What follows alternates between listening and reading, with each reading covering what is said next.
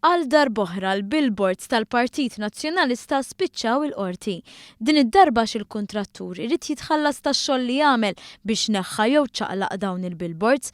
Billboards li tneħħew wara li l-qorti kkonfermat li dawn ma kinux skont avviż legali maħsub biex iżomm l-ordni fit-toroq.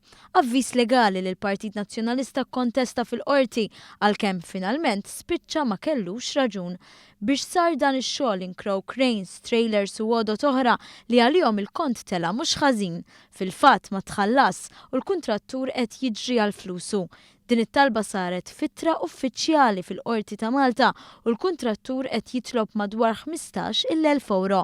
Littra uffiċjali firmata mill-avukat Robert Abela saret fil-konfront tal-kap Simon Busuttil u Wen Fenek, President tal-Eżekuttiv, u Rosette Take, Segretarju Ġenerali. Il-kontu ftit iktar minn kemm il-Partit Nazzjonalista ġabar fi ġbir ta' fondi fuq ir-radju fit-tmiem il-ġimgħa bil-qagħda finanzjarja tkompli tħasseb lill-partit li fl-aħħar xhur nieda skema ta' self sigriet.